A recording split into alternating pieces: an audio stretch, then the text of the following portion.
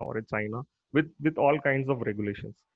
So that is the importance of a quality audit. So the number of audits have increased over a period of time. So what we thought initially was to get all this information into one single platform and build transparency across the cross-functional teams. Now, I say cross-functional teams. What the software exactly does is like it will give access to different roles. So let it be a product developer, uh, um, uh, a designer, a sourcing, a vendor, as well as the warehouse who does every report that gets into the system. So what exactly this transparency will get is accountability. Now, over a period, I'll definitely discuss the benefits out of all these things.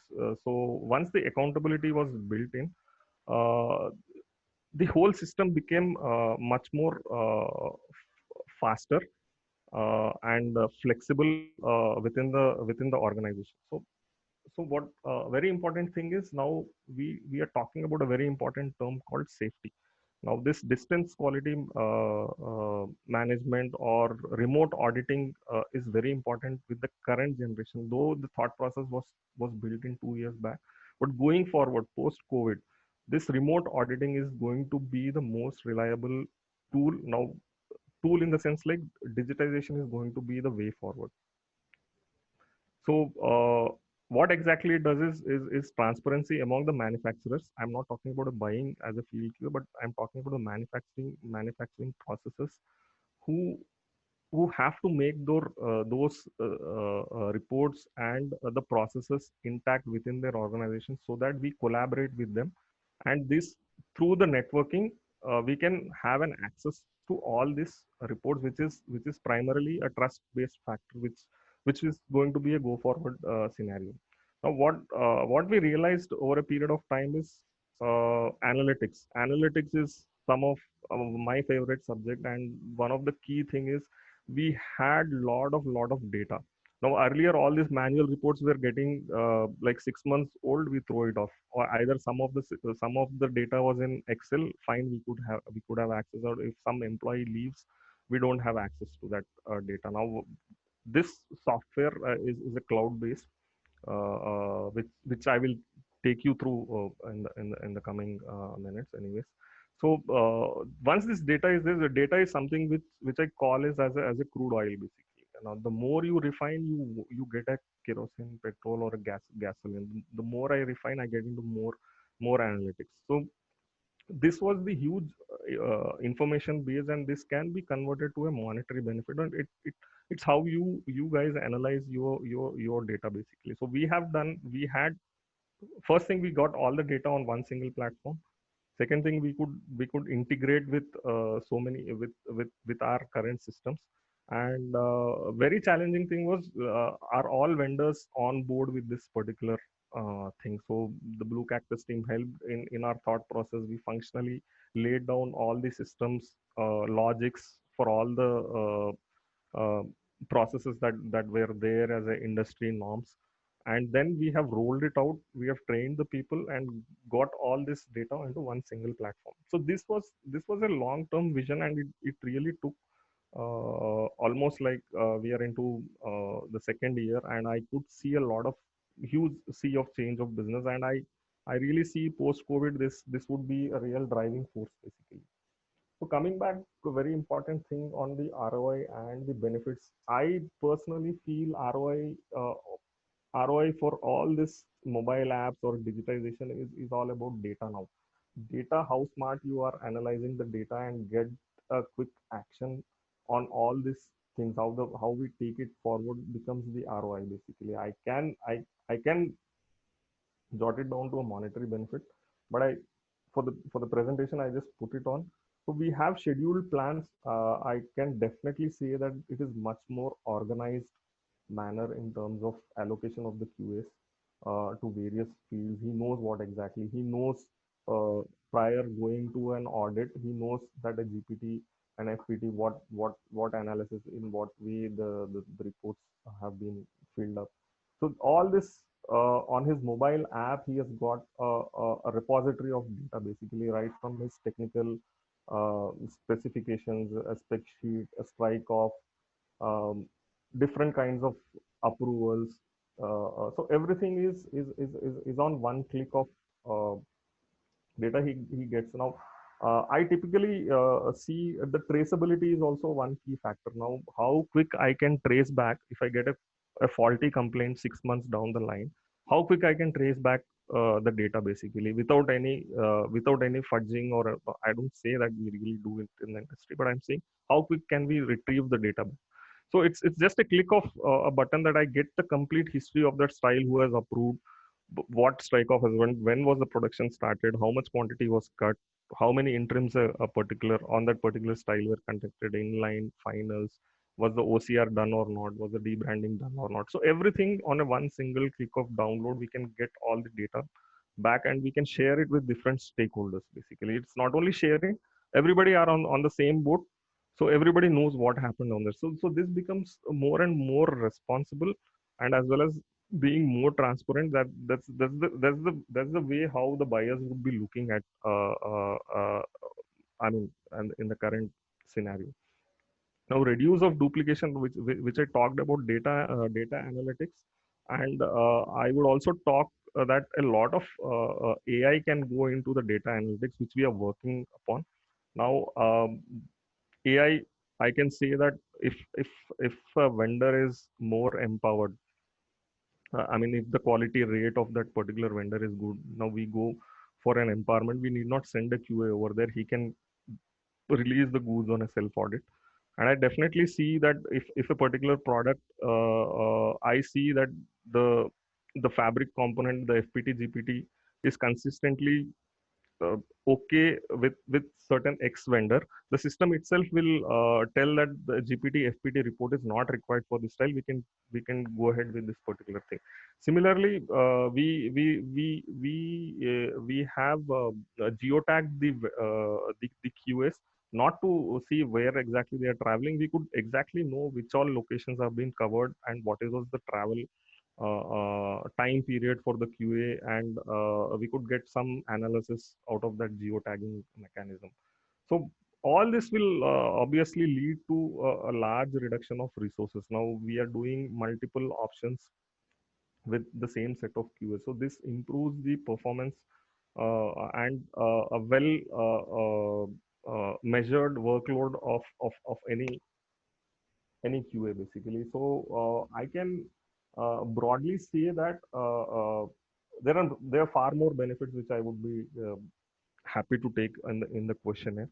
But I could see an overall improvement of performance of the QAs by 90%. I could see a reduction of 40% in the travel. Of course, post COVID there would be no travel, but this is how we are going to track the vendors, the monitor the vendors, get the data timely, and overall reduction, I could say, in terms of defect rate, rescreen, you name it, what all quality deviations that happened, and I could see a reduction of 50% on the cost of poor quality. This can be turned out or into some X monetary benefit. So now what important is how well are we connected, how well are we collaborating with the vendors and our different cross functional stakeholders across the board, and how are we networking among ourselves to get a more transparent data, and to be more very important is to have one source of information base across the organization. So, with this slide, I would like to, I mean, this is how I and any organization will look it into it, is like we must go into a next level of AI, artificial intelligence. Our industry is the most, I think we talk about IT industry, but we are no less than, we have done, I have seen, right, garment units implementing Six Sigma concepts, a lot of manufacturing processes. Statistically, we are much ahead. We have a lot of data, but I see AI can play a very big role in terms of decision making and getting the monetary benefits. I personally see it requires a lot of passion also to get into this digital platform. The more you evolve, the more you evolve. That is the statement which I would like to make today to end this presentation and go forward with the uh, demo of how the mobile app looked. Basically, just to give a glimpse of how this application was developed with multiple features. Good to go, Gunesh. Yeah, good. This is how a login page on a mobile app looks. Basically, I would like to take you through how a vendor requests an audit and how a QA gets a notification and how a QA does an audit. So this is similar to all the activities that are in place, right from a PP sample review, a risk assessment of any vendor, of any particular style. As I said, request a PP meeting, request an inline, interim, final, OCR, debranding. So everything gets into this kind of login. So I'll just play the video basically for the benefit of the time. So this is how he logs in.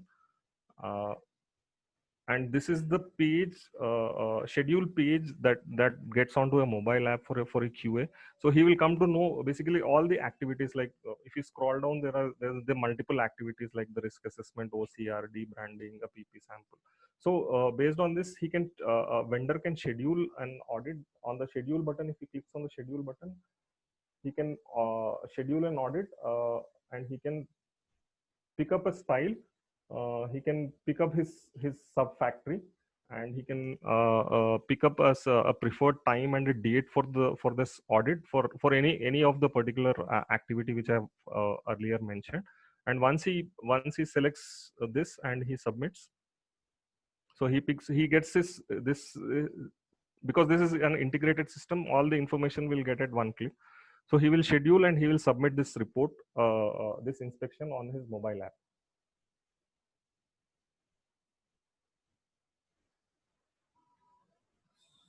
So let me, so what typically is, I will log in into the QA mobile app basically.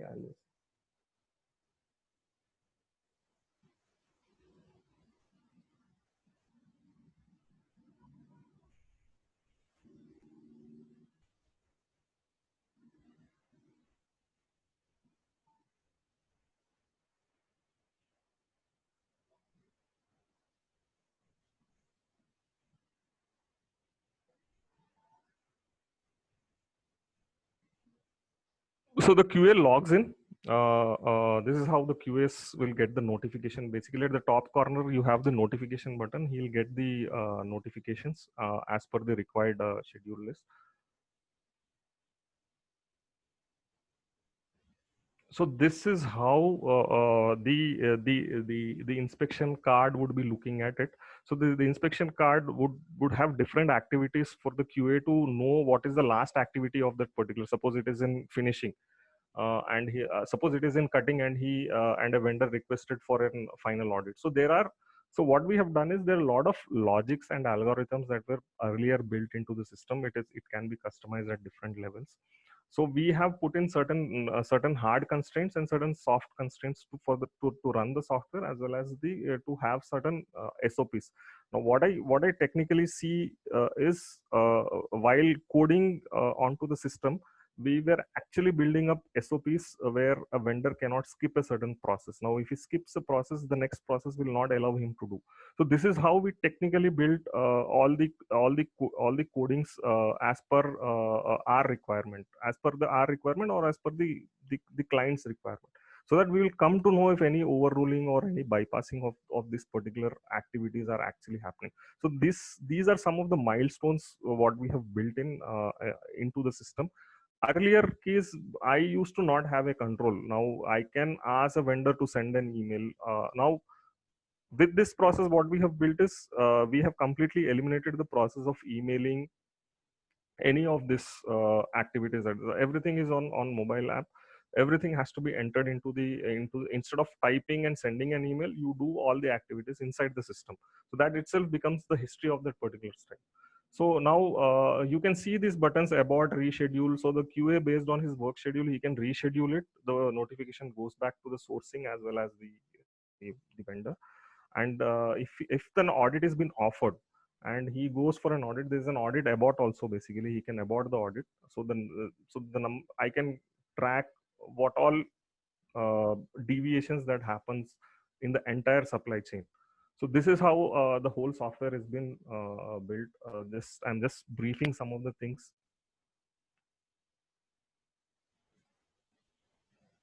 So this is the calendar page. You can go view by month, by date, and by the year basically, and he can schedule an audit. So this is an important page. So the product code detail, I can say that an FPT report is not there, a GPT report is not there, a packing list is not there, but still the inspection request has been scheduled basically. So these are some of the constraints which we have built so that the QA well in advance knows what is happening on that particular still, rather than having a track of emails and manually making notes and then also entering into an Excel, which typically we used to do for quite a long time. I think this makes more sense. And obviously the AQL levels are built into the system. So he can typically when we started a quality audit, actually a quality audit report honestly had 120 fields to be entered, not 100. There were 120, but we usually fill up to 70 to 80 manually. But now with this system, what we have made is half of the time is being capitalized in terms, because all the data is anyways at the back end. He just have to enter the defects, what he has found. He can take pictures and he can just submit it. So a typical manual audit entry would take 5 to 6 minutes, which we have analyzed, and I could see that this report can be sent within 2 minutes. And this works offline basically. If not once the network is off, also this works. He can fill up the audit and he can submit. And once the network gets connected, he can submit the report anytime. So this is how he can take pictures, crop it, name it, and all this will come into the report as a repository.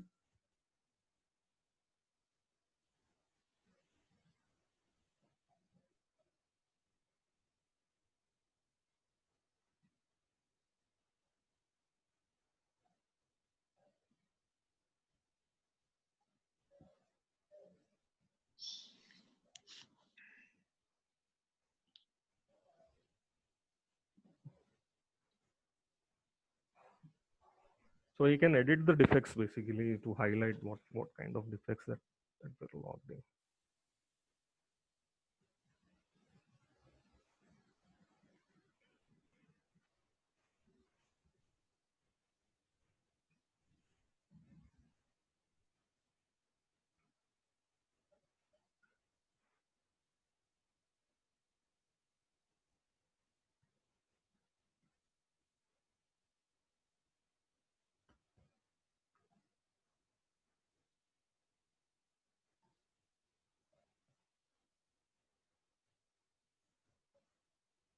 So here we have given certain rules also for an audit to pass, fail. Then it will go to the, what I say as iteration. It will go for a commercial approval. If an audit fails, it gets to the notification. It gets escalated.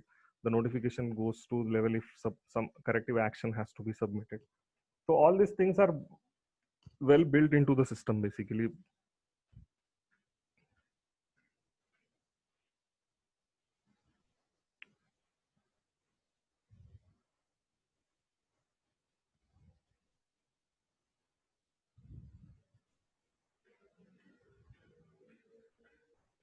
So the moment he submits a report, he can view the report itself, and he gets a PDF document along with the digitals.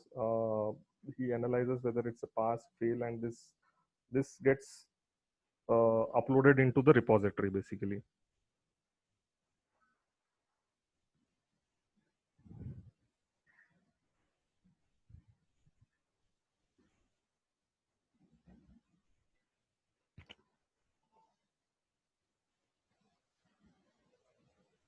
So that's it on the so on the web app. We have different dashboards that I would like to share actually.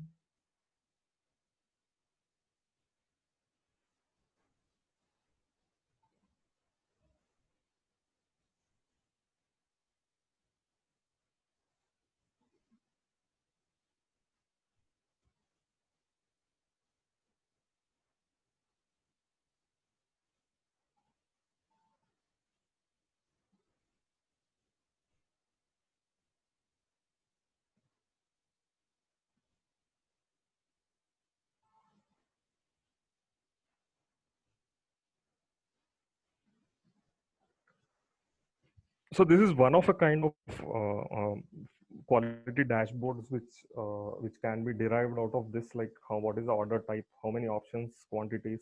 We have different filters across different categories. So earlier the review mechanism was almost like I prepare a PPT, I go sit for a meeting, I do a 40-45 minutes download to the team. Now it is very transparent, one is, and a very quick review among the team members as well as the vendor. Basically he'll get to know, and this is all real time data, so there's no need for me to really sit and discuss with the vendor. He can take his own actions and then quickly react to what are the problems basically. So different details across, like the advantage of geotagging, I can get into different thing. I can get into the audit analysis as on date, how many of them, and also the quality QMS is also being rated. A new vendor onboarding is also being into the system. So we have different modules. The compliance is also one of the modules, and based on the analysis, I can know how many inlines, interims, GPTs, OCRs, rebranding, PP approval across the board have been taken, and the health card and the QA rating, anything. But it depends upon the discretion of the organization, which can take up the kind of dashboards. So this is how the whole uh, digital digital journey has been so far. Uh, uh, and I see AI also will be playing a major role going forward in getting this bit of analysis with the large number of data what we foresee. So thanks, Kunish. Anything I'm ready for the questionnaires basically, because I didn't hear anybody. Okay.